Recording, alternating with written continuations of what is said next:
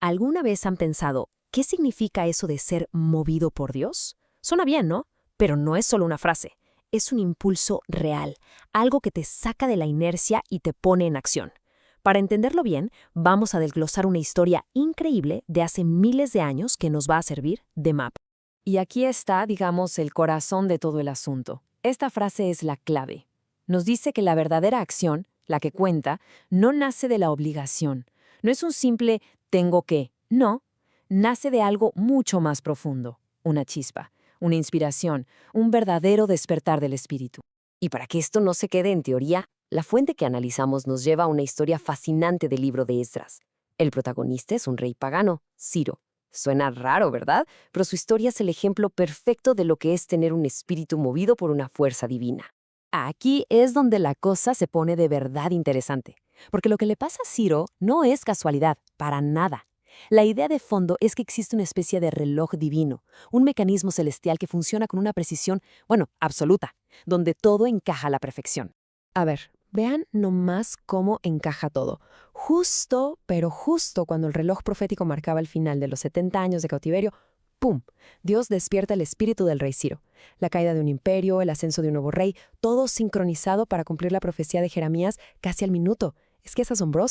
Y por si esto fuera poco, la fuente nos da un dato que de verdad te vuela la cabeza. El profeta Isaías ya había nombrado a Ciro como el libertador 150 años antes de que naciera. Esto se presenta como la prueba máxima de que hablamos de un plan divino que se extiende por generaciones. Ok, todo esto está muy bien, pero la pregunta es obvia. Si Dios mueve un espíritu, ¿cómo lo hace? ¿Cuál es el mecanismo exacto? Bueno, pues la enseñanza lo desglosa en un proceso muy, muy claro. El punto clave es este. Es un proceso de dos partes que no se pueden separar. Piénsenlo así. La palabra de Dios es el qué, es la instrucción, el mapa. Pero el Espíritu Santo es el cómo, es la energía, la chispa que enciende el motor para que te muevas y sigas ese mapa. Si falta uno de los dos, simplemente no pasa nada. Y esto nos lleva a una distinción importantísima que se hace en la fuente. Una cosa es actuar por una inspiración genuina.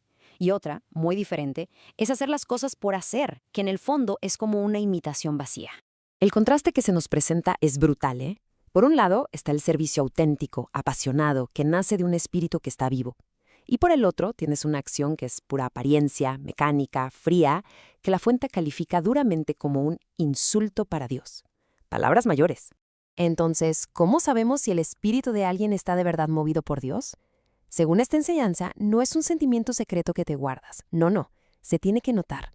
Tiene que haber pruebas observables, evidencias claras de que algo pasó por dentro. Y se nos presentan tres pruebas principales, tres evidencias que además se ven clarísimas en las acciones del rey Ciro. Porque al final, esto no se trata solo de sentir bonito, sino de hacer algo al respecto. La primera evidencia es la fe. Pero ojo, no una fe pasiva de a ver qué pasa.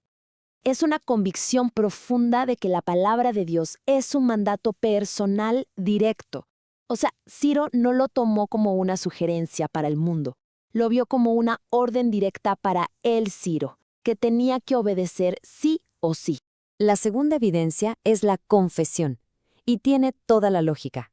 Esa convicción interna es tan fuerte que no se puede quedar guardada, explota hacia afuera.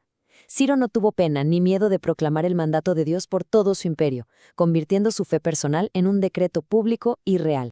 Y la tercera, la generosidad. Un espíritu movido por Dios, según nos dice esta enseñanza, no es codo, no es mezquino. Al contrario, le encanta dar. Ciro no solo dijo, váyanse, son libres. No, les financió el viaje y hasta les devolvió los tesoros del templo. Una generosidad que iba mucho más allá de lo necesario.